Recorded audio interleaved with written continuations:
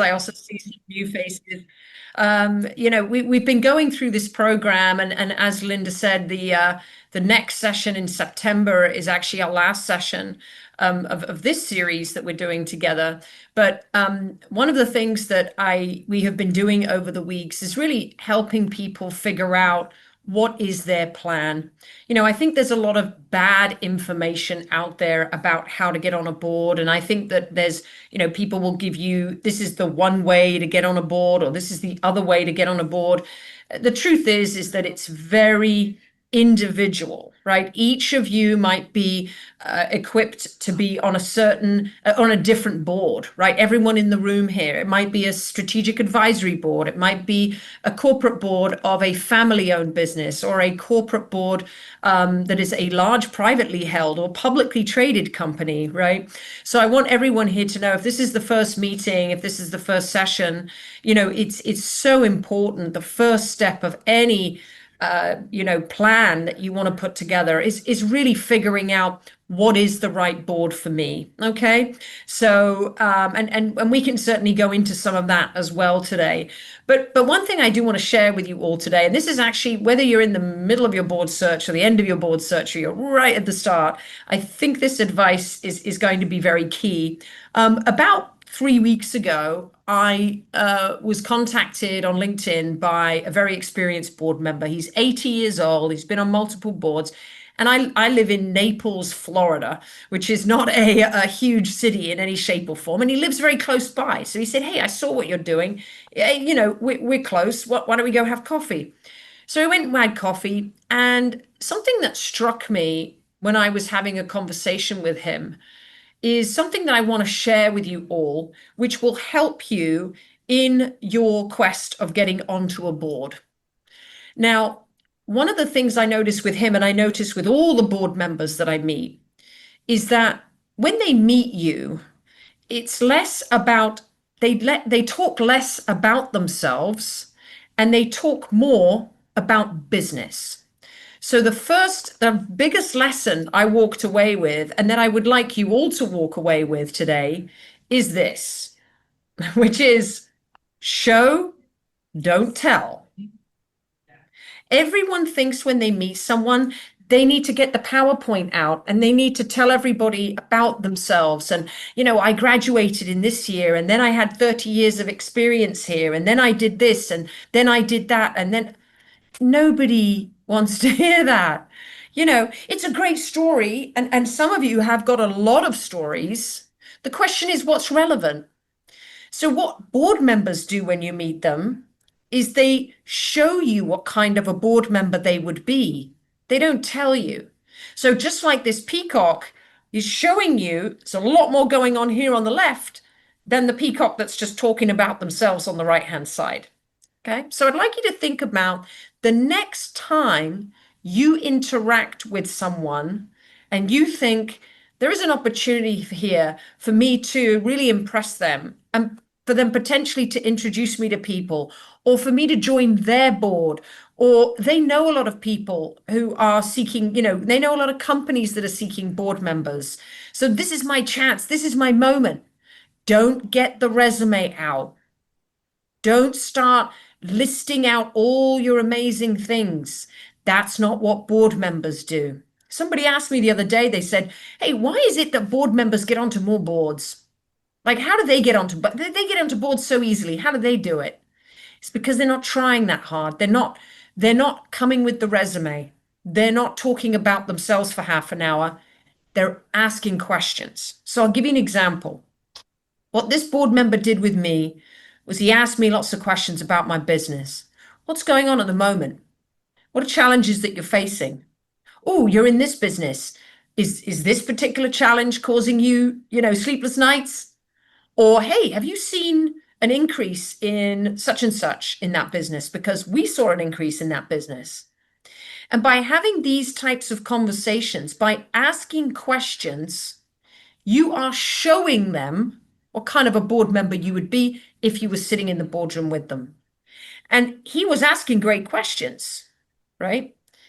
And he was really making me think differently about maybe some challenges I was facing in my business or whatever it might be. But by the end of the meeting, I was like, damn, I need that guy. I need him with me every morning. I need him to ask me questions like this every single day. What's that? That's an advisor. That's a board member, right? Now, he wasn't out to be my board member. This wasn't his plan at all. That's not the purpose, right?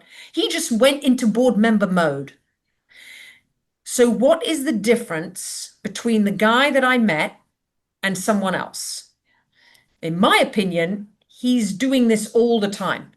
This is his job. Every day he goes, because he's actually on multiple boards. When he goes to all his board meetings, that's all he does. Ask questions, find out the problem, recommend solutions, right? Or help someone think through a problem.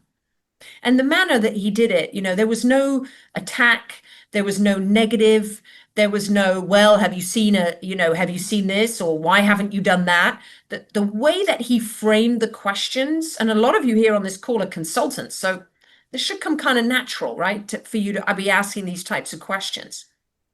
But I want you to think about this. And I'm not saying that you shouldn't walk into a meeting and tell people about yourself, right? That's not the message here. But my message is more around show people what kind of a board member you would be, and take a leaf out of a book of a very experienced board member who, by the way, gets offered to be on boards all the time because this is the interaction I have with him. And by the way, every so often he jumped in with well, I did this and I sold my company. And every so often I got a little bit of his history and it helped me to put it together. But I didn't need the book, right? Because this guy's 80. You can imagine he could have written a book and given it to me before the meeting and said, hey, will you, here's some information about me. Okay. So think about that peacock next time you're in a meeting, and think about how can I be asking really good questions so that people look at me and go, wow, an amazing board member. And not just for their board, but if you think about what is the message you want that person to walk away with, they're never going to remember your life story, where you went to school, your first job, why you did biology but didn't end up as a doctor. No one cares. No one cares. What are you going to do for me today and in the future? Right. And if I meet you and I'm like, wow, I just walked away with 20 ideas.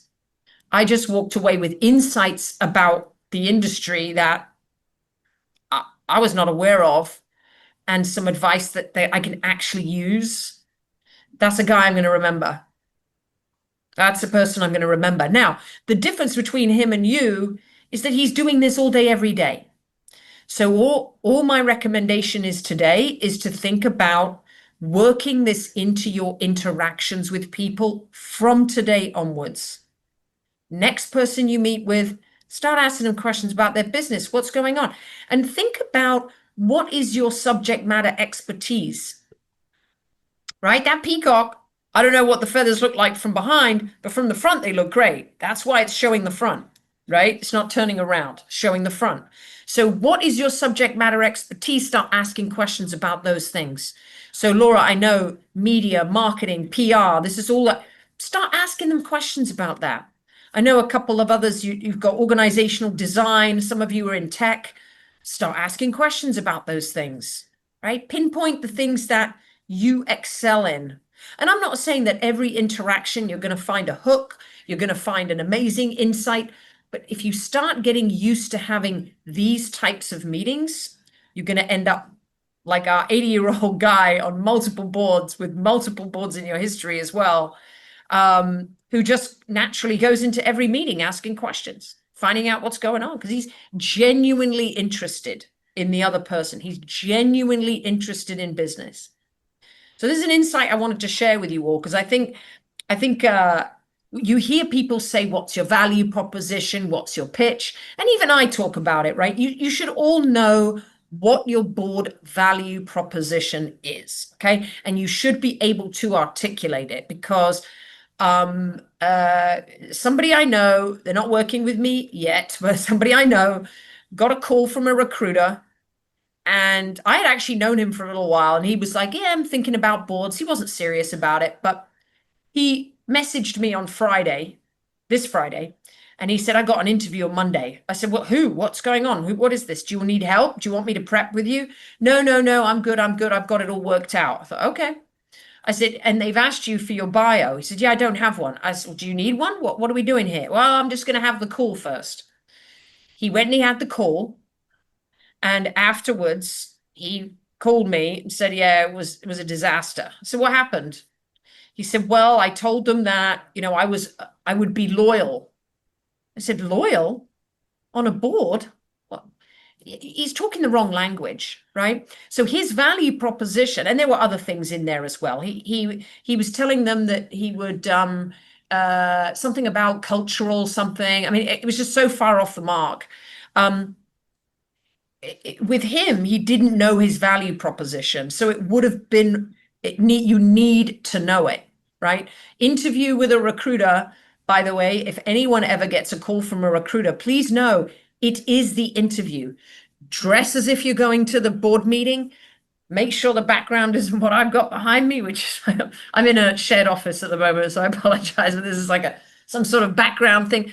Make sure everything is perfect. Okay, that recruiter is actually the interview that you need to be worried about, because if you fail it, you absolutely do not go through to the next round. There is no turning back. They will not promote you to the company. So he wasn't prepared. He didn't have a value proposition on Monday. And so he didn't get a second try. So you do need it. But when you're interacting with people, and there's an opportunity for them to introduce you to people, or there's an opportunity, because we're all thinking about each other. We all know each other, and we all have strong brands, right? But think about your one-to-one interactions as not an opportunity for you to sell yourself and start the resume download, but actually to think about, how can I show them what kind of board member I am? What can I do?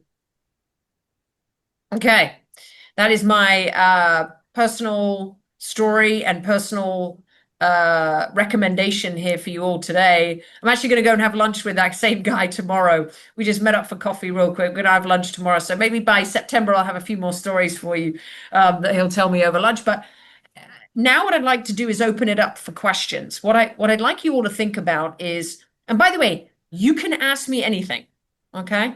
And you'll get a perspective that is much more broad than you probably hear elsewhere, because I've seen so many different types of board members over the years. I've seen different board careers.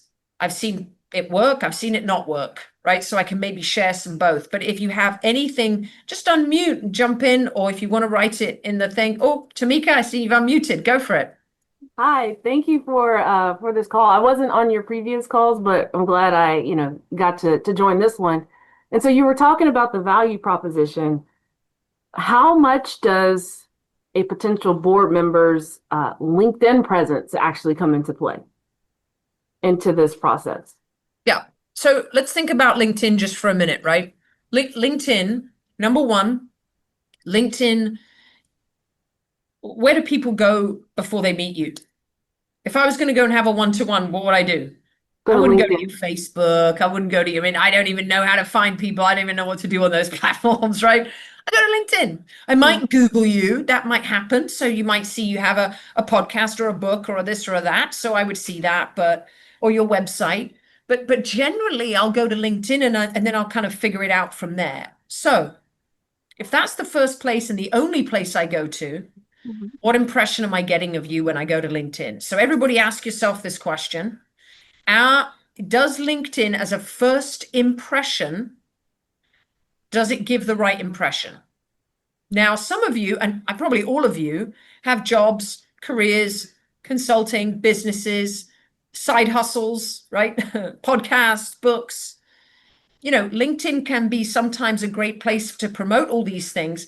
But if you're turning around to me and you're saying, Naomi, I want to take this corporate board thing real seriously, and I want to be on a corporate board in the next 12 to 24 months, you may need to do some modifications on your LinkedIn. And I'm not just saying you, Tamika, anybody, right? One may need to do some modifications on their LinkedIn. What that means is you may want to incorporate some language in there that is what kind of a person you would be on a board. So what committees would you serve on?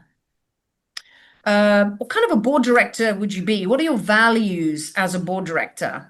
And also include any board experience you do have, even if you've been part of a nonprofit board or a volunteer board, something like that. But always include any board experience you do have. And Naomi, you wouldn't know this, so I'm just going to give a quick plug here to Carol Kammerer.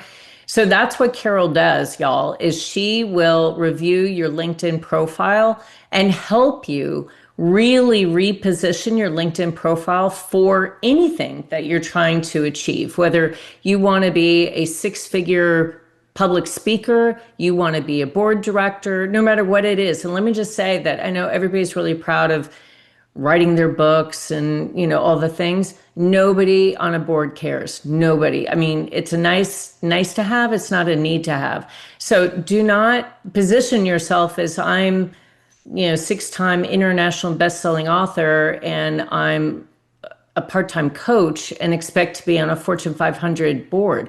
So what we can do is, and what Carol can do, is really do a deep dive on all of your experiences to frame your experiences honestly, but in a light that someone would say, wow, she has the kind of experience and expertise, and she has the kind of advisory kind of acumen that we're looking for in a board member. She is a very high level, very strategic thinker, advisor, strategist that we need for marketing, for sales, for operations, whatever, right? And Carol can really help you with that. So if any of you are like, I don't know if my LinkedIn's really up to snuff, please book a time with Carol. And you wouldn't know that, Naomi, so I just did that quick little plug. I love it. No, I love it. And we need people. Sometimes it's good when someone looks at your LinkedIn because you can't see this. Like we can't see our own stuff, right? Or we look at it and we go, yeah, but that's great. And then someone goes, I don't see it like that, right? So it's really helpful to have a third person. The other thing I would all challenge you, have a look at your headshot. Yes. I cannot tell you how many headshots look like a person on their first day at work. And they all go, oh, yeah, that's because it was my first day at work. And I'm like, okay, well, we don't need that. Also, I hear this all the time from women and men, by the way, as well. Well, I want to look younger and all this kind of stuff. Have you ever met a LinkedIn catfish? I'm being serious. You And meet let up me with say, them. if you're going for a board position, they're not looking for 20-year-olds, y'all. That's So, right. I mean, age is actually a benefit if you're going for a board position. I mean, and also, I just, sorry, I'm butting in here a bit, Go but for it. I all have to say, I see so many people, luckily not anyone in leadHERship Global, but a lot of places where their headshots look like a fashion shoot with barely their clothing. And y'all, being sexy has its place and time. It is not the place and time when you're going for a corporate board role. So you want to look completely, appropriate and professional on LinkedIn. I can't even tell you how many times I'll see someone's website or their LinkedIn profile. I'm like, that's practically a bathing suit. What are they doing? Like, what does that communicate? So I would just say be careful. You're spot on. You're spot on. So photo, make sure it's board member photo. You don't know what that is? Go to any website of any corporation and have a look at what the women are wearing. Okay. They're wearing high-necked jackets. They're wearing nice jewelry, but not overly done. There's no cleavage And coming. no sleeveless. No sleeveless. No. In some Yeah. cultures, that's actually not a good thing at all, right? So Right. you want to be very mindful to be highly professional. And as Linda said, you don't want to look 25. I know we all want to look 25, but actually for boards, you want some maturity around your photograph. So photograph, check out Carol that we talked about, who's a professional at this. But just take a look at your profile. Does it talk at all about your board role? And again, if you said to me, I'm thinking about boards, take your time to think about it. But if you're really serious, you may have to do a little brand shift, right? And think about how can I now be pointing more toward boards? So, Tamika, back to your question. I'm going to look at you when I first come in. Secondly, this is another really big one. And actually, I got a podcast on it. If anyone wants to listen to it, on my podcast, I interviewed someone who'd been at LinkedIn for 12 years. And this is what she told me. She said, if you just have a profile on LinkedIn and that's it, you're pretty much invisible. You're just waiting for someone to come along and type in your name. That doesn't happen. How do you get visibility on LinkedIn? By commenting, posting. Okay, those are the two things. Now, if you're going to comment on posts about board level, board related things. Okay, so all the silly stuff out there on LinkedIn, avoid. Don't go into highly opinionated sections, no political, no, you get the gist. I think everyone understands that, right? And then also, if you're going to post, I want you to give who's your audience? Are you speaking to CEOs? Are you speaking to CFOs? Are you speaking to board members? Write your post as if you were talking to them. So say, hey, if I were a board member, did anyone see the Cracker Barrel rebrand? The Cracker Barrel rebrand. Maybe you want to make a post that says, hey, and Laura, you know a lot about rebranding, and you could write a post that says, hey, if I were on the board of Cracker Barrel right now, this is what I would be doing. Or if I were a board member and this happened, this is how I might be thinking through the problem. Or if I were on a board, this is maybe my contribution to something like this. Think about giving your opinion as a board member. Think about the scenario and then talk as if you're on the board. Those types of things are much better than just, hey, I just want to say it's my birthday and hi and just kind of stuff that really doesn't, have any kind of impact. When you comment on the right posts, comment with the right comment, again, who's your audience? Is it the C-suite audience? Is it the board audience? So I'm a big proponent of LinkedIn. If some of you are thinking, oh, I don't know about this post, so don't worry about it then. Don't worry about it. But just make sure at a minimum that if I'm going to have a one-to-one with you or this interviewer is about to meet with you, like the guy from Friday, he had an interview on Monday, that they don't go to LinkedIn and go, this doesn't look like a board member. Where's the board? Where's the board experience? Where's the board member here? Oh, all I see is something else, right? And this goes for everything in your life, I guess. It's branding just in general, but LinkedIn's a big one. Yeah. Thank you. So, Naomi, I have a question. So two things. One, if we're looking at uh, like jazzing up our LinkedIn for a board, where do those accolades go? Do they go at the top in our summary and they need to be sprinkled into our summary? Because mine are in the appropriate sections of where the volunteer things are, the mentor things are. That would be my first question. And the second question, and I apologize because I've missed the previous meetings because I've just joined. But where do I look for board openings, or is this something you're nominated for? And like what is that whole process? How do I get even in front of the right people to have that opportunity? Great. Okay. Question number 2 is a bit packed, but I'll go through it. So first question, where do you put your board experience on LinkedIn? First of all, and this is maybe a bigger conversation that we need to have, you need to use board level language. Okay. Succession planning is board level language. Human capital is board level language. Human resources is not. Project management is not. Managing 200 people is not. Okay, that's not board level language. Leadership is a term. There's all kinds of terms that you want to use. So that my first thing, and this is a very packed answer, I'm not really going to give you the answer because all of you will need a different set of vocabulary. But let's say you're going for a publicly traded company board. You want to talk about corporate governance. You want to talk about oversight, right? Like there's and very formal. I would be in a tweed jacket. Like your whole vision and purpose and person has to be at the highest level, right, for these publicly traded companies. Let's say you're like, I'm not a public company board. I've never been at a public company. Chances of you getting a public company board probably pretty low. So private companies, maybe let's say it's family-owned businesses. What language would you use? Where would you put your board experience?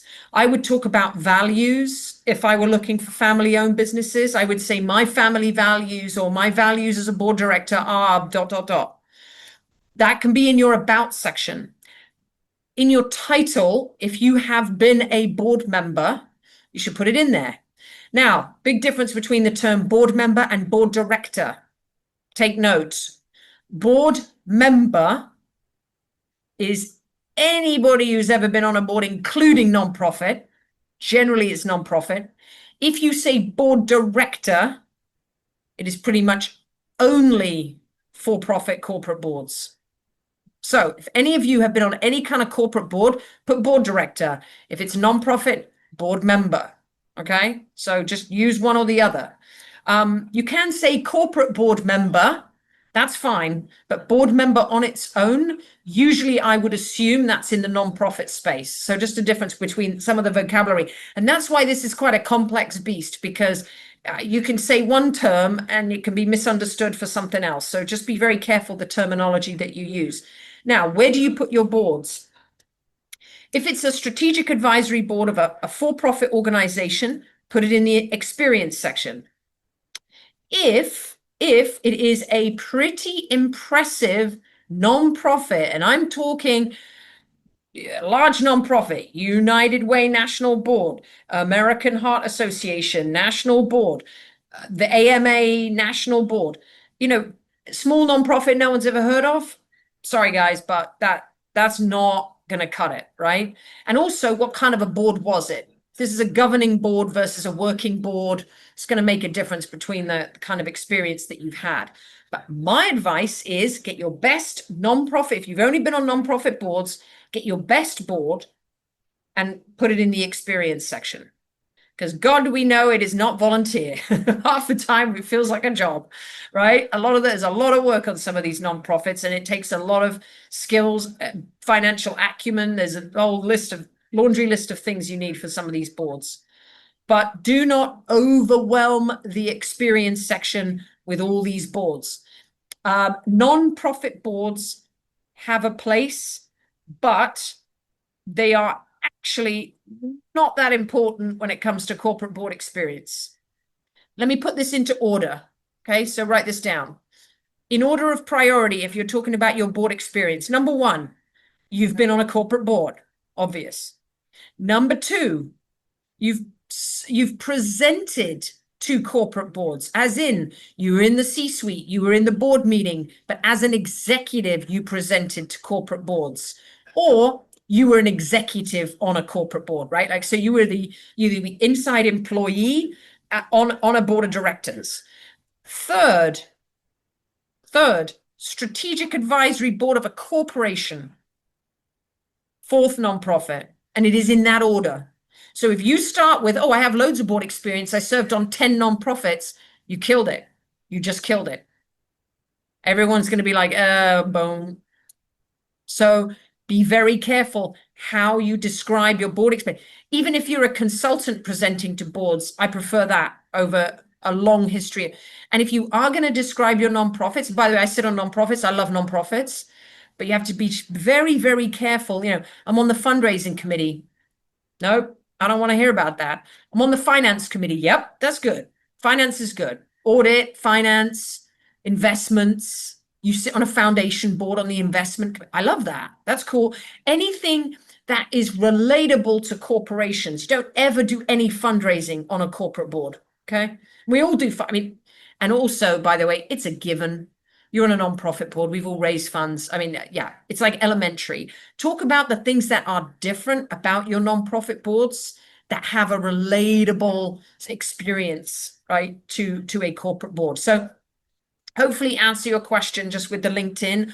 I would say big nonprofit in experience. Anything else, put it into volunteer. When you talk about it, just be very mindful about how you talk about it. I would spend a lot more time talking about how you presented to a corporate board, what was in the presentation, what questions you got asked, how you engaged with board members, than the number of years that you sat on a nonprofit board.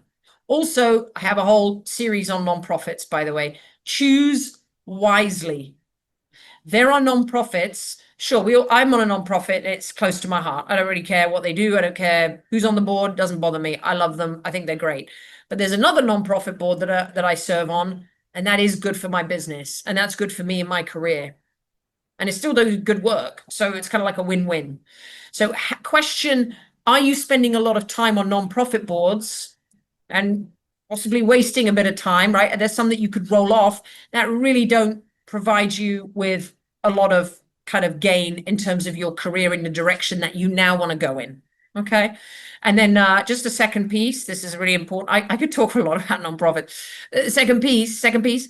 Have all of you had a one-to-one meeting with everyone on these nonprofit boards that you sit on? And when was the last time? Every single, by the way, I'm guilty of this too. I hardly ever have a one-to-one. I'm a president of one, so I have to have one-to-ones with them. But the other one, I hardly know any of them. Guess what? They're seeing you in action. They're seeing you on the nonprofit board. They're seeing how great you are, the great questions you're asking, your attributes, your executive presence. They're seeing you in action, but they don't know that you want to be on a corporate board. So tell them.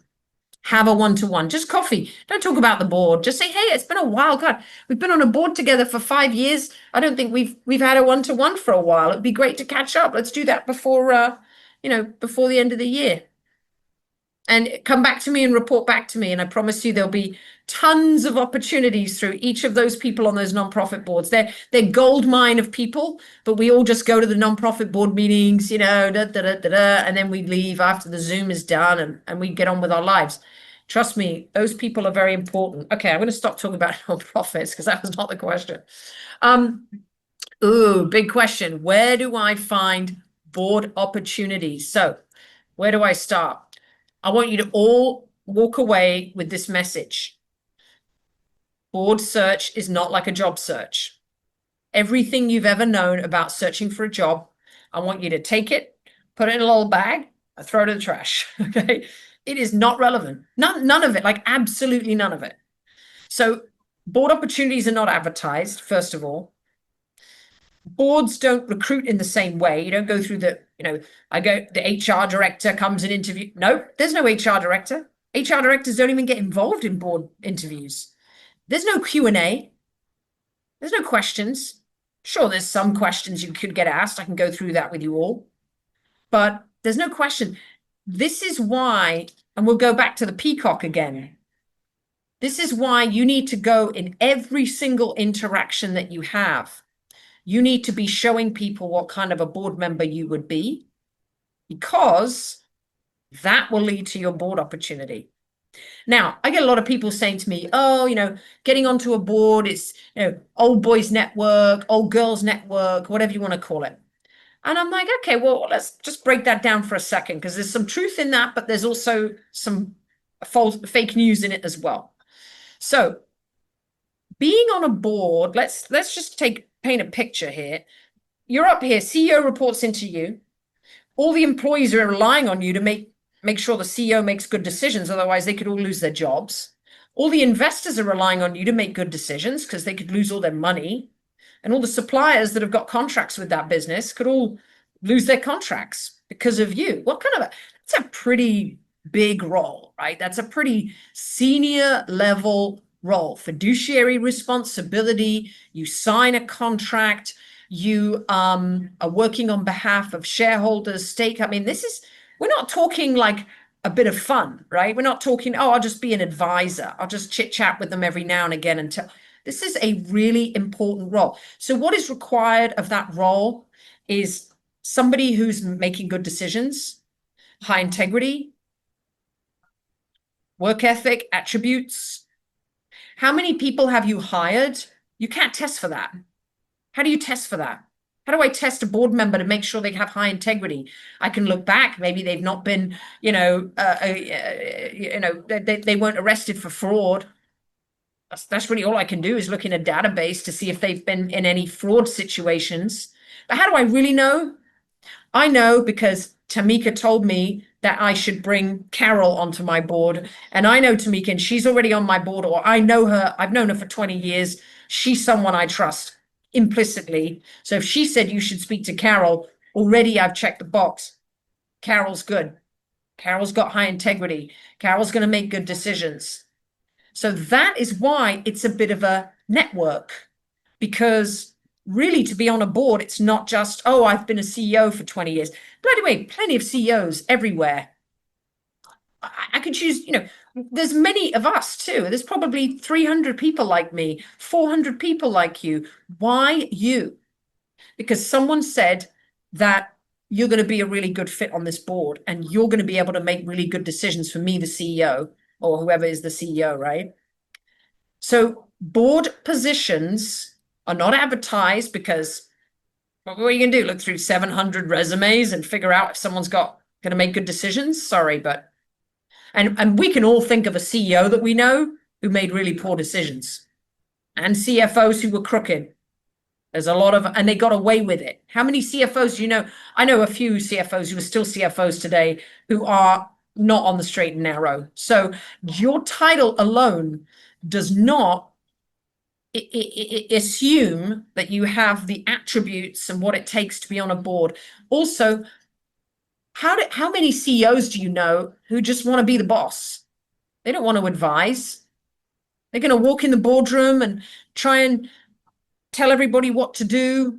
That's not a good board member. I don't want that person on my board either. So if Tamika says to me, no, he's good. He's been a CEO. He's amazing. I've seen him in action. He's on my nonprofit board or whatever it might be. Or, we did this work together and he's a great guy. You should really consider him if you're thinking about someone and you need someone who has experience in X, Y, and Z. So they have the experience, but they come with a letter of certification, right? From someone who says, this person is going to be a great person on your board. So back to your question, where do I find board opportunities? That person is going to be your reputation, and your relationships are the two things that are going to get you onto a board. And I don't mean relationships with board members. That's what everyone assumes. They go, well, it must be, I must have to know lots of board members. False. My last two clients that got onto boards, one was through his, actually it was college buddy, who's an executive now, but college buddy. And then the other one was someone from a networking group that they're like at one of those sort of, CEO roundtable type situations. She wasn't on a board. Neither of them were on boards, but influential, right? To an extent, professional people. But my challenge to you all is, are you telling people, are you making people aware of the fact that you are actively looking for corporate boards? And are you showing them what kind of a board member you would be? Back to my peacock again, right? Are you showing them, or are you just telling them? Like, oh, I'd be a great board member. I'd be great on a board. Let me tell you, I'd be so good. I'd be great on an audit committee. I'd be great on a nomination. No, just tell me, show me. If you're really good on an audit committee, you should be asking good financial questions of me and my business as we're speaking. And then Tina, to your point, if you're just having a conversation, let's say with me or someone else, and you're like, hey, Naomi, what's going on in your business? What's this? What's that? What's that? And then you say, yeah, so I've got this big plan for 2026.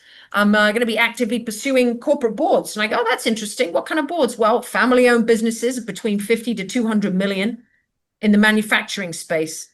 Because, and then you can give a little bit about your resume, right? Because I spent X number of years in manufacturing. I think I'd be able to chair an audit committee. I'm a financial expert. I used to be a CFO, got my CPA. Oh, perfect, cool. That is all I need to know. I don't need to know everything, the school you went to, all the companies you worked for, how you rose up in the ranks.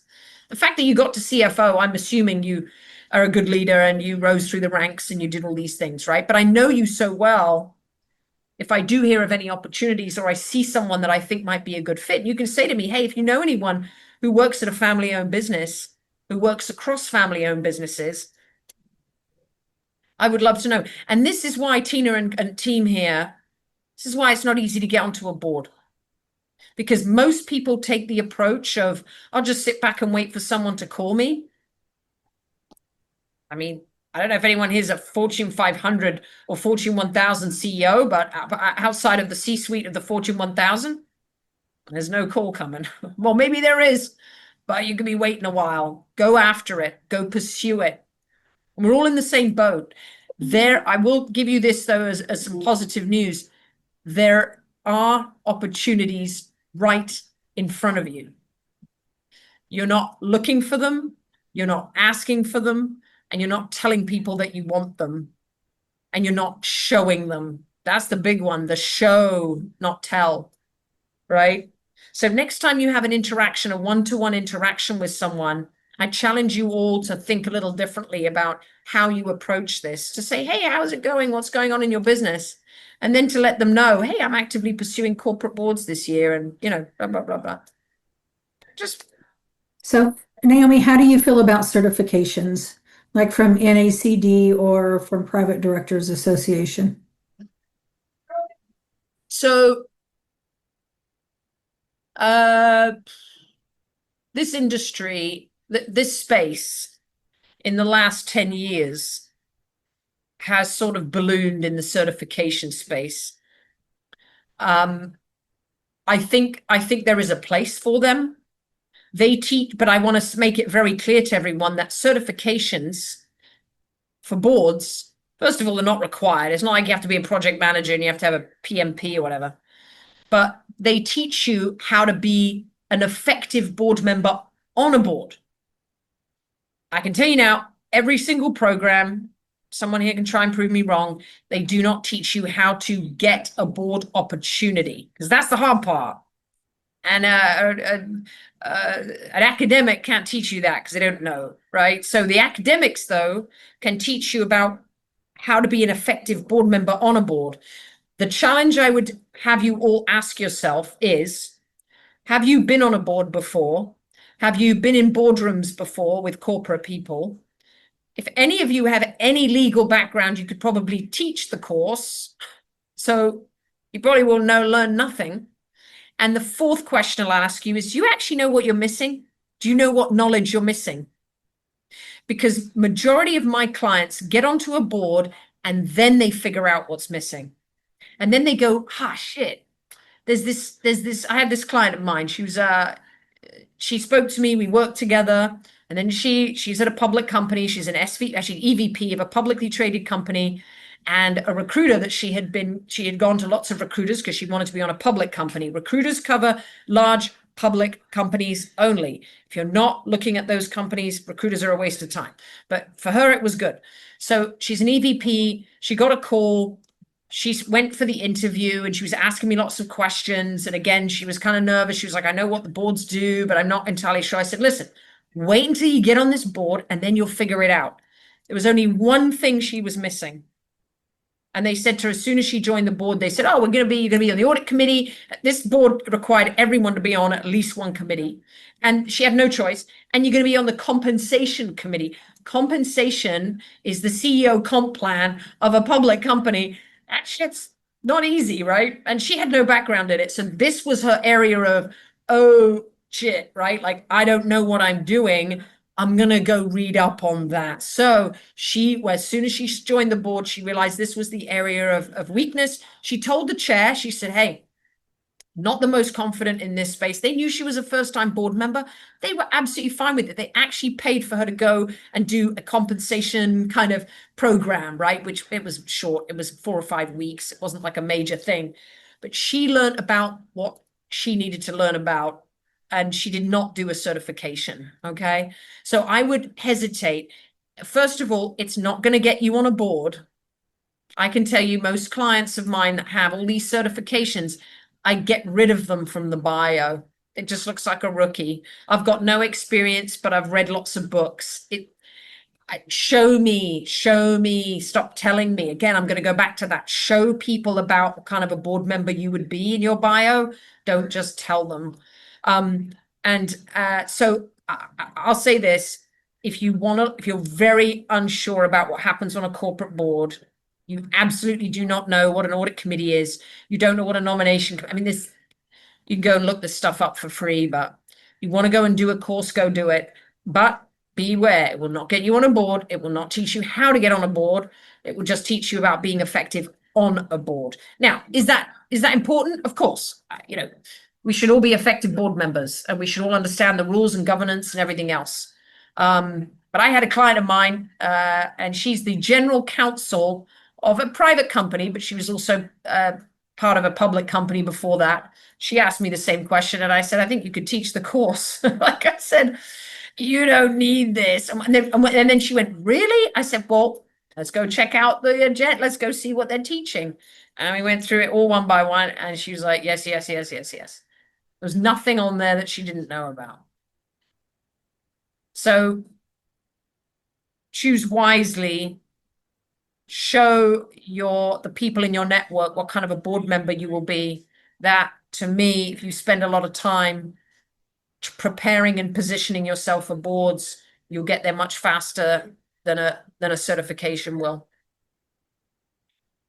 More questions. We've got 10 minutes.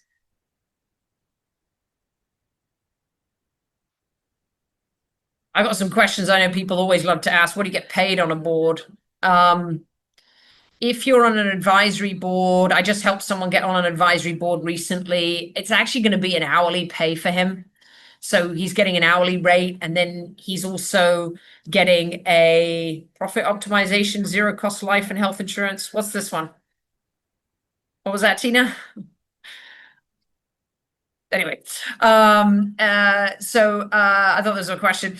So anyway, so he's getting an hourly pay for the hours he spends at board meetings. And then as an advisory board member, he may get a call from a CEO. So, you know, and he's getting like 300 an hour. I mean, you know, that's probably consultant rate, right? Like average consultant rate. It's not on the high end, no, but this is a small family business. They're about a $50 million business. So that's an advisory board role. When you start to get into the corporate board space, I have seen an annual fee. I've seen around 20 to 25,000 at the very low end. So you get a $25,000 fee for the year, and then every meeting, and you have to attend 3 out of, I think, 80% of meetings or something like that, right? And you get a fee for every meeting that you attend. So maybe 1,000, 2,000, 5,000 I've seen. Now, when you get into more of the PE-backed, some PE-backed boards, they give you a slice of the business. And you may be thinking, well, I don't want to work for free. I can't tell you how many clients I've worked with and people I've worked with that initially I've pushed them to do it. And initially they've been very hesitant. 5 years later, they're making more money there than anyone is making on any other board I've ever seen before. So these can be very lucrative deals. Private equity want to win. They do not want to lose. These guys are winners. Okay. So if you back the right company and you're on with the right PE firm, you have the opportunity to make a lot of money. I know this isn't all about making money, but you can kind of see that it's not, you know, my point is it's not just because you're not getting paid doesn't mean you won't get paid. So have a think about that. And then as you get into some of the larger firms, one of my clients got paid, I think he was paid 100,000 earlier this year. Another one of my clients, 125,000. Somebody was paid around 170,000, but when they got on the board, there was like I mean, they knew that there was going to be a lot of work, and luckily she's retired, so she was able to do it. But it was a lot of work. And she called me up one day because we were like high-fiving and celebrating over Zoom, right? That she got this board role and it was paid pretty well. And she said, Naomi, I did the math and I'm paid minimum wage. The hours that I'm working, you know, listen, ladies, it's all an experience. Okay. It may not, a board role, you know, it's not what you see in the movies, right? Wall Street and all that lot. Like it's going to be whatever it's going to be. Okay. But it's got to be right for you. So you have to ask the questions, you know, what are the time commitments? What are we talking here? And if some of you are retired, good for you. You've got all the time you can to consume yourself into these boards. But for those of you like me, you're working still, you're going to be balancing a few things. These are things you should be really considering and thinking about. And another piece of advice I'll give you all is don't worry about your first board. Start small, start low. Somebody I just spoke to recently, we were working together, and he said, there's an opportunity for me to serve on this family. He really wanted to be on a corporate board, and he got offered a family-owned business, manufacturing, it's about 200 million company. And they said, we'd like you to be on the advisory board. And he first looked at it and came to me before he'd even responded and said, oh, this is a shame. I said, what are you talking about? This is amazing. This is your step. And he'd never been on any kind of corporate board. This is your first step into the corporate board space. He didn't see it that way. He saw it as something less than what he was hoping for. Take anything, whatever you can, as long as it's the right fit for you. Take what you can to get into the first step. No corporate board experience. It's a tough road uphill. The minute you can start getting a serious company on your resume, you can start having better conversations about your board experience, things are going to open up. Remember my guy, I'm meeting him for lunch tomorrow. All we do is talk about board. We talk about companies, what's going on. You're going to get into that mind frame. You're going to start thinking like a board member. This is not a, 0 to 100. You're going to start as an intern, work your way up, right? So don't be put off if your first opportunity doesn't quite look like your end goal. It's not going to be like that. Laura, what about PE firms who make it possible for you to invest in the company that you're in your board of? Yes, I see that too. Now, you may not be you may not be ready to invest in a company. That's okay. But my first corporate board was an investment. Okay, and it's not a lot. It wasn't a lot. It was like 25K, I think, and then I put another 10K in, so it's 35K total, and they're doing pretty well. So, but at the time, I thought, you know what, I could lose this, and I'm okay with that if that happens. Tina, go ahead. Yes, ma'am. So I set out to do some PR this year, and I'm being featured in Modern Luxury Dallas this upcoming month as a dynamic woman. Are those types of things helpful or hurtful to my wanting to be a board member? So this is, you're bringing up a really, really good point, which is like, what are some of the things that we're doing and how can we relate them to the board? Okay. So a couple of things. Are you speaking at that event? No, I'm being featured in the magazine, and then I've been told that I'll probably be approached to speak, and then approached to do other Dallas magazines like D Magazine and Paper City. Okay. If you have any influence over what they write, why don't you have them ask you a question, which is, what's next for Tina? What's up ahead for Tina? Tina, what are your plans for 2026? What's your vision for 2026? You're going to say, well, here's what I see in the industry. And for me personally, I'm looking to get onto corporate boards. Oh my God, that's amazing. Put it out there. If any of you are doing speaking engagements or speaking on a panel, say to the moderator, I want you to ask me this question. What's in my plan for 2026? I'm going to get onto corporate boards. You just told 200 people. You're going to put it into an article. Okay. Being intentional about where you want to go. This is not rocket science. This is, this is just natural stuff, ladies. But I think a lot of you might be hesitant about how to get onto a board. So you're not telling people that you want to get onto a board. And so it's just not happening. But you kind of have to dive in head first, and you have to be all in. Okay. So for today, we've got a couple of minutes left here. If you want to message me, by the way, you can go to my website. I'll put it in here. You can follow my newsletter. Theboardroomco.com. It's got a really annoying pop-up that comes up as soon as you go to the website. So just sign up for my newsletter. I share tips and tricks. This Friday, I'm going to be talking a lot about this peacock thing. So you're going to probably get a repeat of it, but it's something that's just kind of this week and these couple of weeks, I've just been creating a lot of content around it. I've also got a podcast. So if you go to the Boardroom Live, it'll kind of link you out to the podcast. The one about LinkedIn on August 1st is a great one to listen to. to. And then I just did a 10-minute one like last week about this very topic of kind of show, don't tell. And then there are various other interviews that I've done with board members and things like that. But the one thing I would say to you ladies is really start to think, are you really serious about getting onto a board?